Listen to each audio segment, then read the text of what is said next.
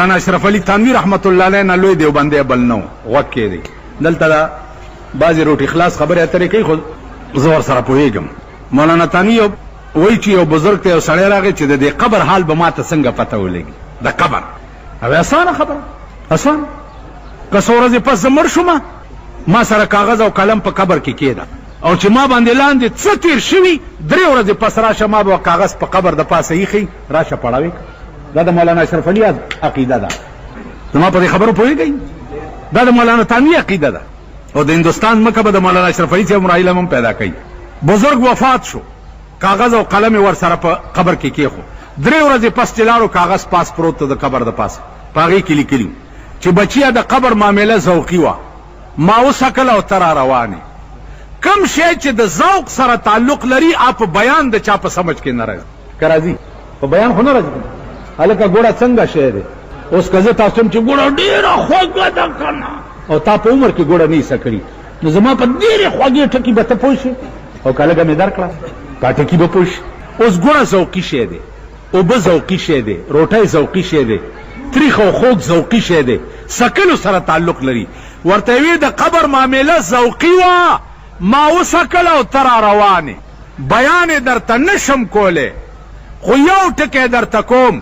چې پیغمبر په حدیث کې کومه نقشه د قبر بیان کړې ده په هغې 14 ایمان لره. ما سره همغه معامله وشوه چې کومه معامله پیغمبر په حدیث کې ویلې آتاه ملکان او وغیره وغیره. دا د مولانا تھانوي رحمت الله علیه الفاظ. دې خوا وګورئ افغاني صاحب تقریر کوي چې یو دوه دوستانو دواړه بزرګان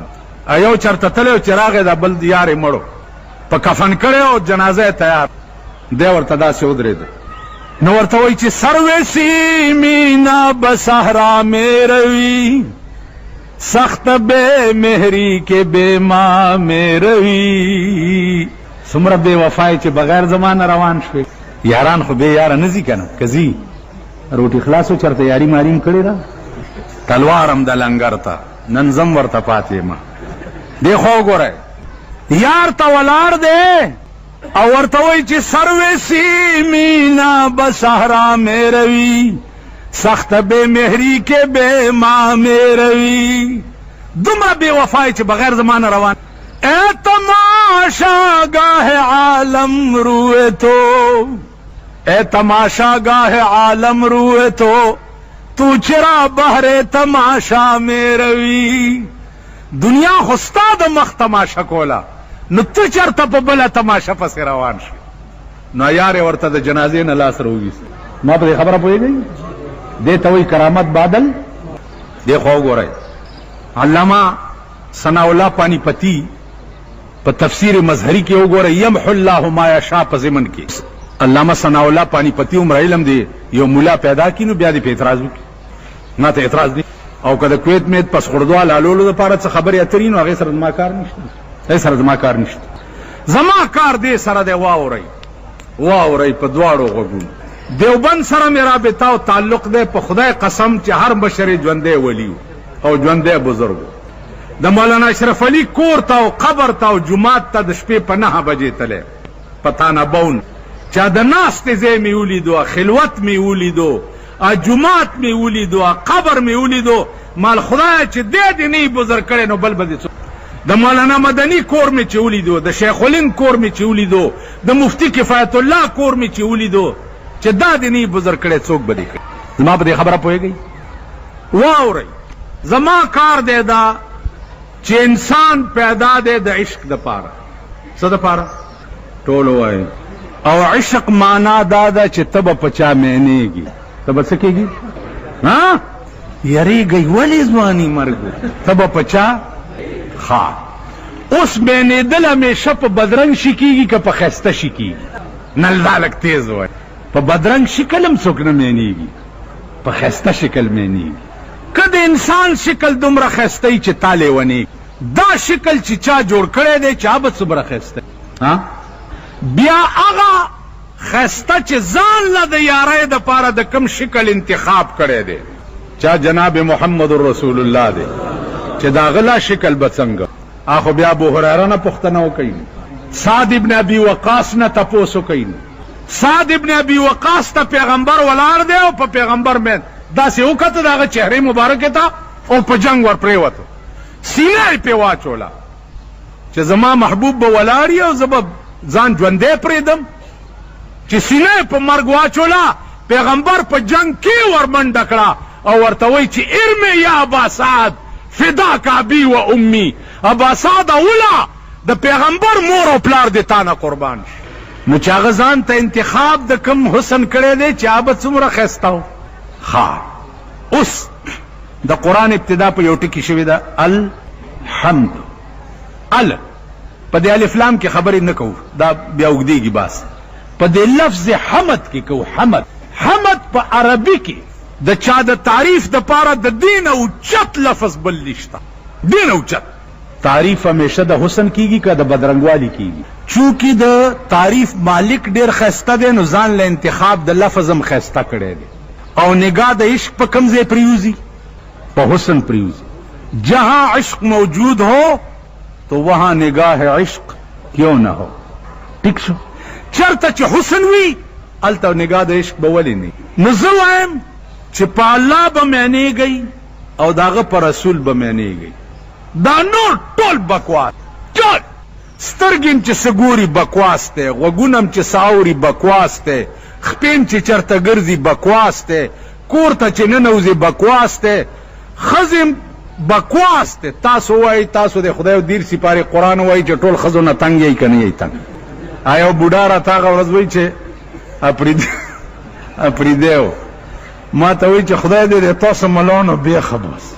مال ولې وی مو د ازاړې نه تنګ یو تاسو راته د ملک بادشاه هم ښځه جوړه کړه په اپریدی ژبه زړې نه تنګ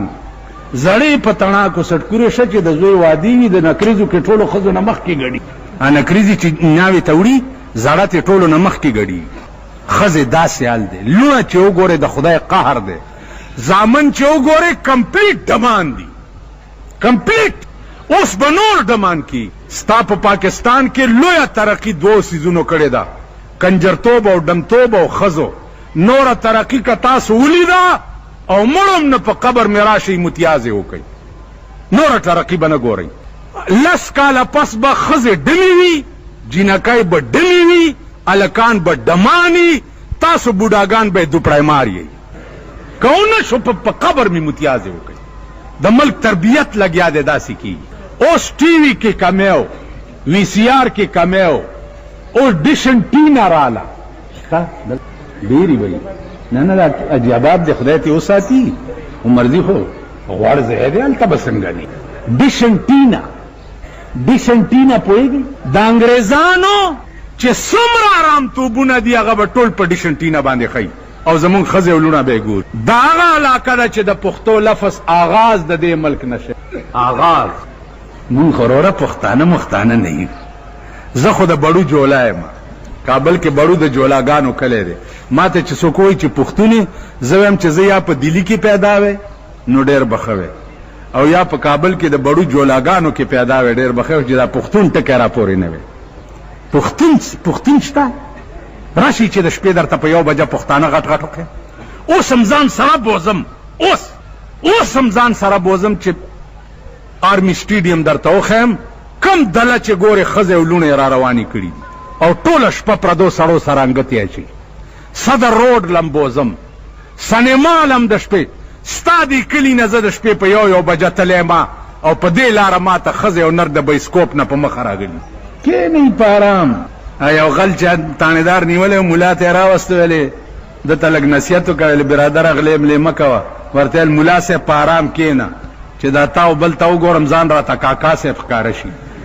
خو چېرته خرچه را سره نه چا نه جیب پرې کړمه تاسو ملیان ویل شپه ورځ جیبونه نه پرې کوئ څه ملا ورته ویل ځه بابا بوی ځه دا څه بلا دی نو وروره چې ویې ګورې د دې خلکو حال ځانونه به درته کاکا صاحب ښکاره شي یمحو الله ما یشاء په ضمن کې علامه ثناء الله پانی پتی لیکلی دي ته خو وګورئ ښه په غور د مجدد الفسانی رحمت الله علیه د زامنو استازو مولانا طاهر نامه و د په مراقبه کې ناستو او لوح محفوظ ولیدو عزیزانو چې عاشق شي کنه عاشق پس مکه بناسته او لوح محفوظ بدر تخکاری منی دا کنه منی ملیدلی زاغه بزرگانو سره نږدې پاتې شم په خدای باور وکړئ په خدای چې ما 350 کاله پس مړی را په قبر کې لیدلی دی داسې پروت دی لکه اوس دی 350 کاله پس بیا مې 15 منټه په لاس والی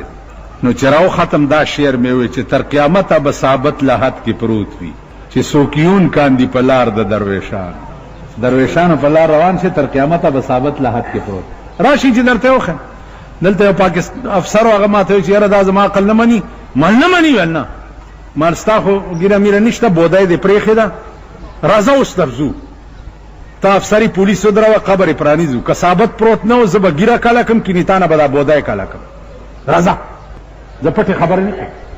سیټي کریم بخش 15 کاله پسې رئیس دی په پېښور کې زه ورلم هغه زمانه کې زه طالب وم زما استازو د هرات مولانا صاحب هم را سره و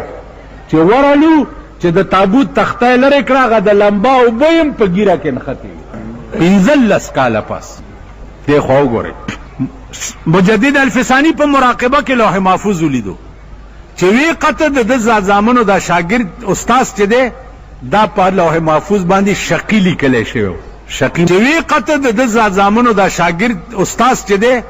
دا په لوح محفوظ باندې شقی لیکلی شوی شقی معنی بدبخت دی ډېر خفه شو چې دا زما د زامنو استاد دی او په لوح محفوظ بدبخت لیکلی دی نو دته دا وریاد شو چې د نیکانو خلقو په دعا باندې تقدیر هم رد شي تقدیر کی بیا شقونه دي یو تقدیر معلق دی یو مبرم دی مبرم کی بیا یو مبرم فی علم الله دی او معلق دی کې ډیر شقونه دي عباس ګران دی لګوس نه چړم درته ما شیخ مجدد الفسانی وای ما ترایات شو چې د بزرگانو په دعاګانو باندې تقدیر هم رد شي وای ما دعاګانې شروع چې دعاګانې مې شروع کړې ها چې میاش پس مې بیا مراقبه وکړه په لوح محفوظ مې نظر پریوتو نو مولانا طاهر د شقی په ځای سعید لیکلی شوی یعنی د بدبخت په ځای نیکبخت لیکلی شوی نگاہ مرد مومن سے بدل جاتی ہے تقدیریں نگاہ مرد مومن سے بدل جاتی ہے تقدیریں دیکھو گورے اس حدیث یو د نیکانو خلقو په مجلس کې دا اخیری خبره د نیکانو په مجلس کې چې سړی کینی د صحیحینو روایت ته چې ملائکی د نیکانو مجلس تراشی او دومره تعداد کې راشي چې اسمان ته صفونه ورت چې مجلس ختم شي تپوس ته وشي چې تاسو چرته نن وخت تیر کو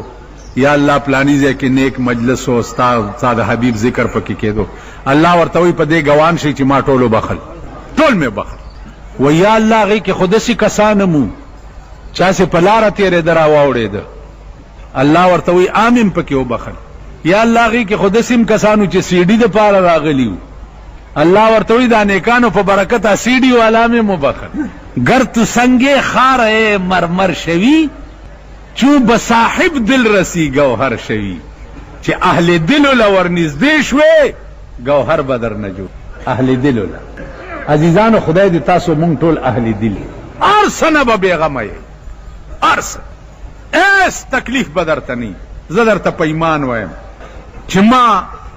مولانا عبدالمعبود صاحب یو سل درش په تکاله عمر کې په سن 84 کې وفات د شپې مې ورته وی چې ماته د یو قبر کشف وک چې دې مړو باندې سایلی لاندې ورازه لاس نیونی و دیره ته راوستم چې مراقبه وکړه وې دې ټول ادیره کې د سیمړې نشته چې ته وګوره وړه دی دا ټول په قبرونو کې ناس دی او غوخي ته غوسیږي لګیا کمه درته خو د ټول عمر بروټای خوندر نه دا سه ویریدم د شپې لاس بجې وی چې په یو منډه مې کور ته ځان ورسو معنی ګور ما په دې خبره پوهیږي هغه خلق اخر کې ما ورته وی ماجیس ما ته خای ما ته وی چې د دلی په غدر کې مونږ ولاړو علما قتل ده انګريزانو قتل عام جوړ کړي علما قتلول مونږ وی چې خدای څه بکیږي وې د اسمان ناواز شو دیکھو وګورئ اسمان ناواز شو چې حسبي ربي مربي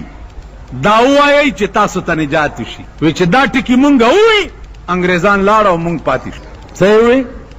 حسبي ربي مربي مال زه څنګه چالو کوم ولتم وایا مال طریقه راته وکم ماته التزان لا پیرانی پیری کته اوس مونږ نه طریقې غواړ یو سل دریش پیته کاله عمر یو. شیخ الهند صاحب د په مخ کې طالب او شاګرد پاتې شو. دا خلق چې ما لیدلی دي قسم په خدای دی وای خبر نه یم چې وکم خواته به زما خدای څه شو هغه ما لیدلی خلق. اوس اخري خلاصه واورئ کوم آیات چې ما ویلو تلک امة قد خلت لها ما کسبت ولکم ما کسبتم ولا تسألون عما كانوا يعملون. الله وای چې دا وړاندې کوم خلق تیر شوي دي دوی د پاره کارامت به د دوی عملی تاسو د پاره کارامت بس تاسو عملی دا غي د عمل تپوس به تاسو نه کیږي. اجي صاحب الله دې غریق رحمت کی دې کې شک نشته چې ډېر لوی سړیو لیکن مونږ د پاره کارامت کیږي به الله چې هغه درد چې کوم د پسینه کې وو الله هغه درد زمونږ لکه پیدا کی او پاغلار مونږ هم روان شو الله به کار کیږي کینی پتش اورستا او زیارت ته راتلو ته لنګرو منګرو ته په دې ماما اسم نه کیږي. ما په خبره پوهیږي په دې اس نه کیږي کوم لار باندې چې دې رسیدلو هغه لار به تم اختیارې چې هغه لار دې اختیار نه کړه نو تلک امتن دا د حاجي صاحب زامن علماء دي او لوی لوی خلق دې دینه تپوسو کوي تلک امتن قد خلت لها ما کسبت ولکم ما کسبتم ولا تسألون عما كانوا يعملون. دا غي د عمل تپوس بتانه نه کیږي تانه بستا د عمل تپوس. د دنیاوی تعلیم هم جنازه او تاسو د یونیورسټو د کالجونو بیړه تباہ شوه. بېغیرتو په 15 کاله کې سړک جوړول نه دي زده کړي. کراچۍ ته په کوواټ روډ باندې سړک جوړیږي دومره دومره چینیانې ورته راوستي دي راوستي که نه دومره دومره چینیانې جوړی زمونږ دا د امبرسرو میخو مړونه چې دي دوی داسې ساربه پراته دي لکه د پړسېدلي چونډخ په شان په دفترو کې تر 2 بجو پورې دفترو کې بسکټي خوري 4 بجې بیا امبرسرای میخه پرانیزي او سرولو له آرمی سټیډیم ته بوزي.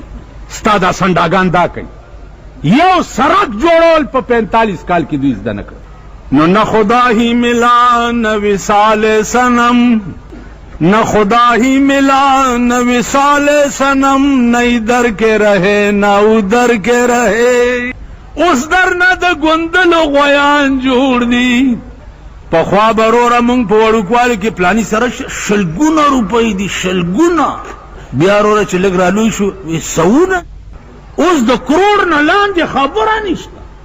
هر یو د ګوندلو غوی چې دی په 4 کروڑه خرڅ ده که نه ده. نن ستا غوندې شرمېدلی ملک پر روی زمین نشته ستا غوندې شرمېدلی ملک. د هغې وجه څه ده د بنده اسرې مې اختیار کړي دي. دا درته پته ده چې کومو خلقو د خدای اسره اختیار کړې ده د هغې ژوند وګورئ داسې په سکون تیر دی چا بادشاهان د زمانې. خبره مې دا کوله چې محمود غزنوي هندوستان ته لاړو چا ورته وی دلته ابوالحسن خرقاني رحمت الله علیه بزرګ دی ډېر لوی فقیه و چټې ورولېږلو چې بادشاه دې غواړي. ابوالحسن خرقاني ورته جواب ورکړو چې ورته چې اوسګار نه دی. اوس په ایمان وایي چې موږ د اشنغر ملیانو ته ډیپټي کمشنر جواب راولېږي چې ډي سي صاحب دې غواړي نو پاتې به شو. هسې خبره لږه تیزه کوئ زم د سیما خار کې چې ما ډي سي وغواړي نو 15 ټوپه مو وامه مونږ ټول دغسې یو پاتې به شو. اوس ابوالحسن خرقاني ته بادشاه جواب رالیږي چې بادشاه دې غواړي او ورته چې زه اوسګار نه یم. ځه محمود غزنوي وایي چې نه راځي وایي جی هغه وایي چې زه اوسګار نه یم. چټي ولیکلو چې اطیعوا الله و اطیعوا الرسول و اولو الامر منکم. خدای ویلی دی چې د بادشاه وخت اطاعت کوئ نو ابوالحسن ته ولې ماله نه راځي د هغې په سټې ورته ولیکل چې بادشاه سلامت ته پوی نه په دې آیات دې کې ترتیب دی اول اطیعوا الله دی بیا اطیعوا الرسول دی په 3مه درجه کې اولو الامر دی. نو زه د لا خدای تابعدارۍ نه مزګار نه یم مخکې رسول پاتې دی نو ته خو 3مه درجه کې دی وبکې څوک ته خو 3مه درجه کې. محمود غزنوي مسلمان وکړ چې دا چټورغه په خپل را روان شو چې را روان شو او د محمود غزنوي جونګړې لراغې سړی ورغی چې بادشاه راغی وی راځي به کنه راځي به. محمود غزنوي چې ورننوته هغه په ناستې لاس ورکړو داسې والکه زه خو به تا ته پاسم او نیلې چیلې به هله کېږم ستا خانه او نوابۍ ته او بادشاهۍ ته او وزارت ته به نیلې چیلې هله کېږم چې داسې درته کوم که نه او چې داسې نه کوم نو په توپه دې ولم که نه ولم ورته په ناستې لاس ورکړو چې لاس یې ورکړو محمود غزنوي څنګه راغلی وی صاحب په سومنات باندې حملې کولو ته راغلی یم او دا چل دی دا چل ابو الحسن خرقانی رحمت الله علیه ورته تقریر شروع خط تقریر چې ورته وکړو بیا خپل خلقه ورکړه په خوانو بزرګانو چې کمی خلقې وي ورکړه وی بچیا چې کله په سومنات حمله کې دا خلقه واچوه او 2 رکعاته نفل وکړه او ورځه پې خدای به دې کامیاب چې محمود غزنوي تلو نو ابو الحسن خرقانی ورته پاسېدو هغه لاس نه ونیو وی صاحب زه چې رالم مېلمه هم ته راته پانسې دي اوس چې ځم نو راته پاسې دي وی چې رالې ځکه درته پانسېدم چې په سر کې دې د بادشاهۍ نشه وه نو دا مې درته ثابتول چې په دې ځمکه داسې خلق هم شته چې ستا بادشاهي په یو کنجک هم نه علي وی نو اوس راته ولې پاسېدې وی اوس ځکه پاسېدم چې زما په تقریر ستا د بادشاهۍ نه ټوله نشه ووته زما غوندې ګدا شوې نو چې ګدا شوې درته پاسېدم ګدایان دغه خلق دې خوا وګورئ افغاني صاحب ډېر لوی سړی د دیوبند علماو به وی چې په ایشیا کې د مولانا شمس الحق افغاني عمره علم په ایشیا کې د چا نشته ما ته د دې انسان متعلق افغاني صاحب نه تپوس کړو زه به میاشت کې یو ځل ورته راتلم ما ته وی بچیا نور تپوسونه مه کوه خو په عشاقو کې ما زما سترګو د ده غوندې عاشق نه دا دغه الفاظ تقریر کولو کرامت باندې کرامت بعد الموت دا زمونږ د عقایدو مسله ده کرامت بعد الموت حق ده اگرچه اوس په مونږ کې لوبې شروع دي لوبې زه دیوبندی یم